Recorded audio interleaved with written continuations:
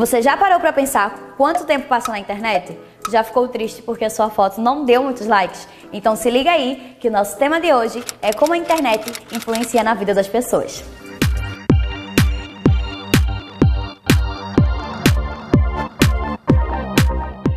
Oi gente, eu sou Thaliane Pereira, aluna Uninasal e influenciadora digital. Tô com vocês no Vai Cair no Enem, então se liga aí nas dicas.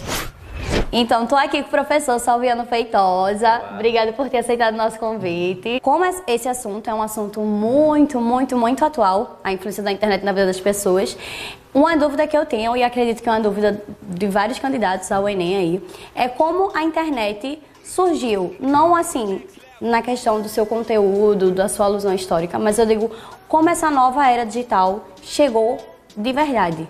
Bom, primeiro eu agradeço o convite, que é sempre legal a gente estar interagindo, passando informação e também aprendendo com as pessoas que usam a internet, feito a gente usa também.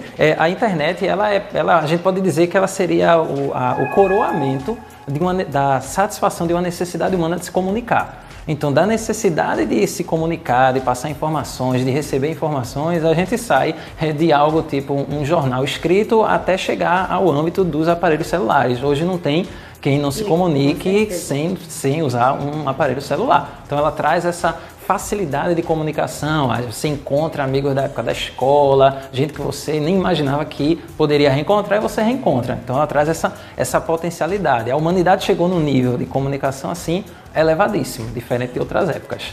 Então pode-se considerar que esse meio digital, com essa nova era digital, a internet é o principal meio de informação?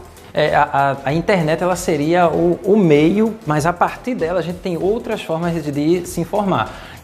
E esse é talvez um dos grandes problemas. A internet permite, mas nem todo mundo tem acesso à internet com a mesma velocidade, a mesma qualidade. Mas através da internet a gente tem redes sociais como o WhatsApp, como o Instagram, como o Telegram, e através dele as pessoas se informam. A questão é a natureza dessas informações, porque muitas vezes as pessoas passam as informações que são interessantes para o que elas acreditam ou que são a prova do que ela não acredita e por isso ela compartilha. E aí vem o grande perigo da internet, das redes sociais nesse sentido, porque aí você vai ter esse repassar de notícias muitas vezes que não dizem respeito ao que aconteceu, mas que servem para propagar discursos de violência, de ódio, as chamadas fake news. Com certeza. As fake news estão muito em alta porque, justamente como o senhor falou, as pessoas não veem a veracidade da informação e acabam compartilhando, e isso hoje em dia influencia muito no comportamento das pessoas. O ser humano sempre busca um referencial. Na história da humanidade a gente tem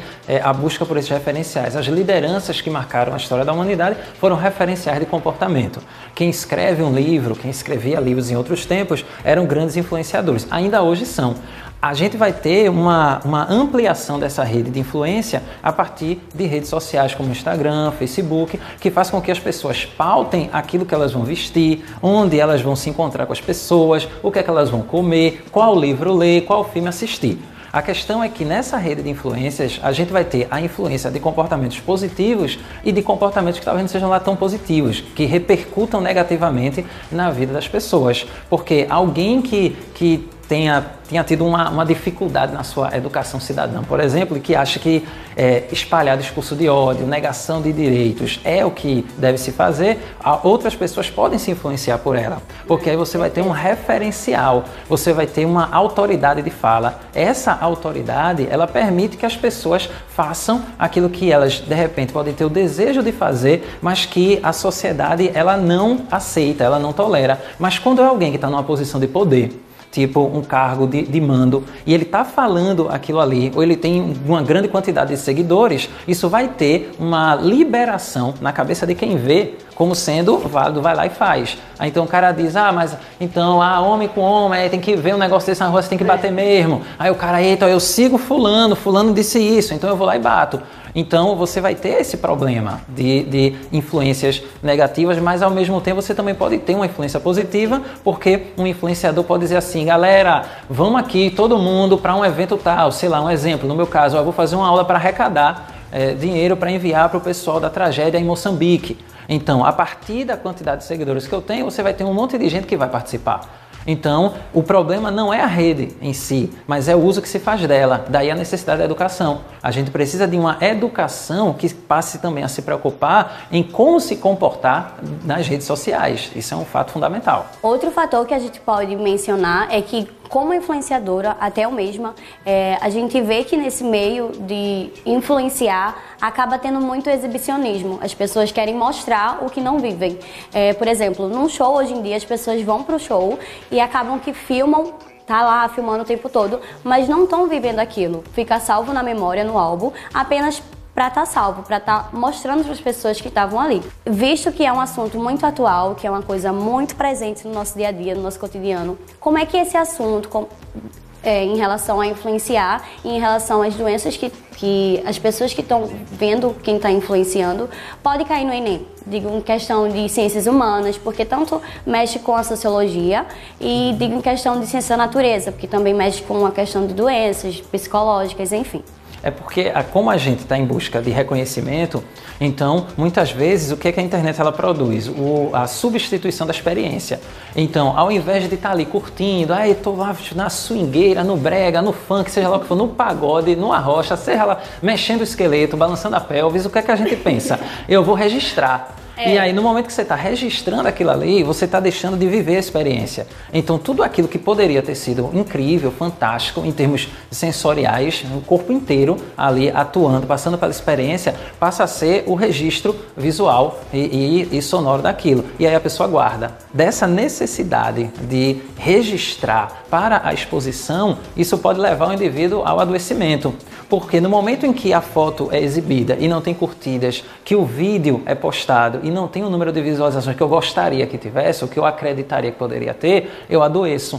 Daí você vai ter a ansiedade de querer o retorno e não conseguir. E no momento porque o que é ansiedade? A ansiedade diz respeito a uma inquietação diante de um resultado que eu gostaria que fosse positivo. Daí você ter essa esperança do resultado positivo e o medo. Então a ansiedade está no meio do caminho entre o medo e a esperança. O medo de não ser curtido e a esperança de ser muito curtido. Quando eu não consigo nenhum dos dois, a frustração vem. Junto com essa frustração, o indivíduo entra em tristeza, e uma tristeza muito longa, quando o mundo parece não ter mais sentido, leva à depressão. Daí a transformação e a necessidade de você alterar a forma como as redes sociais elas são reguladas. A alteração recente do Instagram expõe isso. A ideia de que talvez a gente consiga, a partir dali, ter uma atenção muito maior no conteúdo.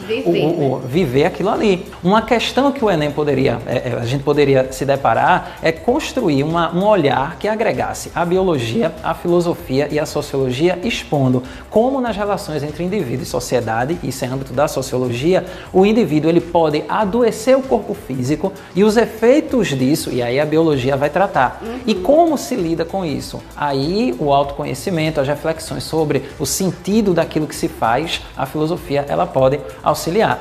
Então, a abordagem que o Enem poderia trazer em termos de questões pode dizer respeito a juntar os efeitos físicos, biológicos, de algo que é produzido pela sociedade e que afeta como o indivíduo pensa a si e ao mundo. Então a gente poderia ter uma abordagem nesse sentido. Bem contextualizada, no caso, Bem contextualizada. Então tem que ficar ligado que tem que estudar todos os assuntos, assim, não só a questão da doença em si, da depressão, mas o que traz, né, nesse meio, nesse novo mundo digital, a depressão.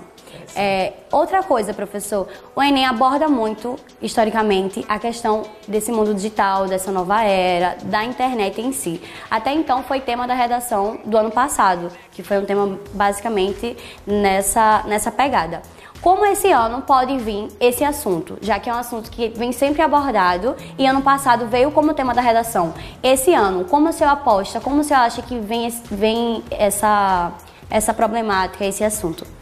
Não acredito que a gente tenha novamente na redação algo ligado à internet. Claro. No caso do ano passado, a gente teve a influência dos algoritmos no nosso comportamento. Não faria uma aposta do mesmo tema, mas talvez a gente pudesse prestar atenção em como, nesse mundo digital, essa sociedade ela se transformou tanto que isso afetou, inclusive, a maneira como as pessoas se relacionam. Então, pensando em relacionamentos afetivos. Hoje a gente estabelece dinâmicas de não gostei, vou acabar o relacionamento. Tipo, tem gente que conversando diz assim, meu namoro tá longuíssimo, quanto tempo? 2 semanas. Aí você fica 2 semanas, nossa, que longo é. Teve uma amiga minha que foi longuíssimo, foi 1 mês, foi bodas de ouro ali, de tanto tempo junto, mas 1 mês. Então, a gente talvez, se esse tema aparecer novamente nessa relação com as redes sociais, talvez fosse interessante prestar atenção na maneira como nós estamos estabelecendo essas relações. Se tenta reproduzir a dinâmica das redes sociais nas relações humanas, nas chamadas relações do mundo real. Então, eu não gosto do que uma pessoa falou para mim, eu vou e bloqueio. Então, as pessoas começam a não ter mais paciência em conversar com as outras, a não ser que elas digam aquilo que elas querem ouvir. E a internet tem meio que esse poder, né? De aproximar quem tá longe e afastar quem tá perto. Acaba que, às vezes, você tá ali naquele relacionamento, como você falou, de 1 semana, e mesmo estando tão pertinho, tá tão longe, ou então o contrário. Se a gente quisesse ainda pensar além... Talvez, eu não acredito que ela faça exatamente desse jeito, porque provavelmente você é bem mais jovem que eu, mas quando eu era jovem no século XIX, então você ia almoçar, ficava todo mundo ali em silêncio, em família. Talvez a gente só tenha amplificado através de um instrumento que é o celular e o meio que seria essas redes sociais, uma solidão que a gente já tem, nossa, inerente, essa dificuldade que a gente tem de estabelecer essas conversas, mas aí é uma outra instância de reflexão. Então é isso, professor, muito obrigada, eu amei nossa conversa, aprendi muito, já tô atualizando. Vamos se despedir de um jeito que a internet não oferece. Então, gente, se você quer mais dicas para vencer no Enem, siga o Instagram, Vai Cair no Enem. Lá tem várias dicas diárias, vários assuntos legais. E eu espero todo mundo lá, tá bom? Vamos!